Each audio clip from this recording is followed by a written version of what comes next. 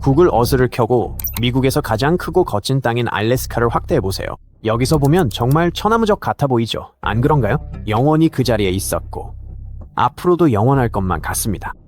하지만 더 가까이 확대해서 유콩강 기슭을 보세요. 절벽 끝에 아슬아슬하게 매달린 저 집들이 보이시나요? 알래스카가 녹고 있습니다. 단순히 쌓인 눈을 말하는 게 아니에요. 땅 자체가 녹고 있습니다. 숲속을 같이 가보죠. 이 가문비 나무들은 똑바로 못 서 있네요. 현지인들이 왜 취한 나무라 부르는지 알겠군요.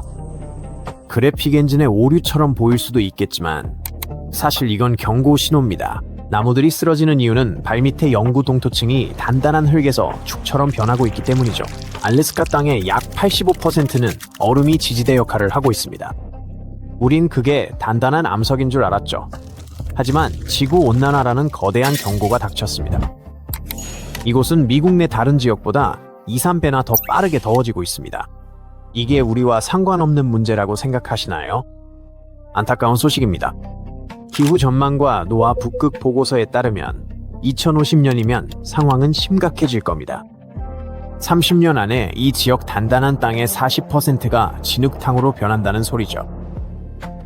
지하의 얼음이 녹으면 집안 구조가 그냥 무너져 내립니다. 실전 지질학 수업이나 다름없죠. 뉴톡이라는 마을을 더 자세히 들여다보겠습니다. 이곳은 말 그대로 지도에서 지워지고 있는 공동체입니다. 집 아래의 땅이 진흙으로 변해 강물 속으로 씻겨 내려가고 있습니다. 뉴톡 주민들을 미국의 첫 번째 기후 난민이라고 불러야 할 것입니다. 집까지 통째로 챙겨서 단단한 땅을 찾아 9마일이나 떠나야 한다고 상상해보세요. 이들만이 겪는 문제가 아닙니다.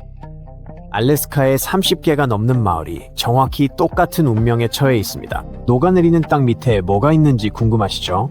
죽은 식물, 동물, 그리고 갇혀있던 고대 탄소입니다. 이제 미생물들이 깨어나 유기물을 먹어치우며 엄청난 양의 메탄을 배출해 지구를 더 뜨겁게 만듭니다. 지구가 더 뜨거워질수록 땅은 더 많이 녹아내리게 됩니다. 이 악순환의 고리가 보이시나요? 그러니 다음에 미국 지도를 볼 때 플로리다나 캘리포니아 해안선만 보지 마세요. 북쪽을 보세요. 미국에서 가장 큰 주가 단순히 줄어드는 게 아니라 말 그대로 녹고 있으니까요. 최근 매우 강력한 겨울 폭풍이 캘리포니아 해안 지역을 강타하면서 심각한 홍수와 산사태를 일으키고 있으며 이로 인해 인명과 주요 기반 시설에 대한 위험이 크게 고조되고 있는 상황입니다. 시에라 네바다와 같은 캘리포니아의 다른 지역에서는 예상치 못한 거대한 눈사태와 같은 다른 재난이 뒤따랐고 10명 이상의 사람들이 실종되었습니다. 평범한 겨울 폭풍처럼 보였던 것은 사실 더 위험한 것이었습니다. 이미 압박을 받고 있던 시스템이 무너지기 시작한 것이죠. 도미노 효과를 잠시 떠올려 보세요. 한 조각이 약해지면 나머지도 따라오고 무너지기 시작하는 것은 해안선만이 아닙니다. 위험 부담이 더 커요. 우린 지금 사람 생명을 말하고 있습니다. 캘리포니아 해안선이 급변하는 건 사실이나 원인을 한 가지 탓으로만 볼 순 없죠. 대신 여러 힘이 불운하게 결합된 결과라고 볼 수 있습니다. 수십 년간 인하권 같은 해안은 영구적이라 여겨졌고 개발자들은 해안 끝에 건물을 지었으며 고속도로는 절벽을 지났고 방파제는 보호를 약속했죠. 하지만 해안은 점점 취약해졌으며 다음 재해 전까지 파괴적인 기상 타격에서 회복되지 못했습니다.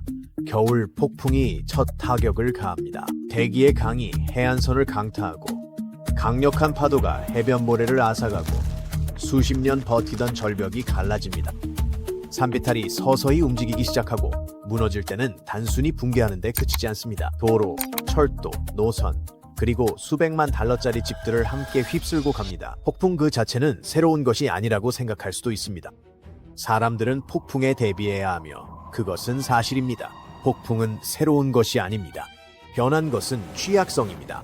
이제 물이 해안선을 찢어놓을 기회가 훨씬 더 많아졌습니다. 또 다른 요인은 1년 중 자연적으로 발생하는 가장 높은 조수인 킹타이드입니다. 이것은 캘리포니아의 미래 해수면 상승을 보여주는 예고편입니다.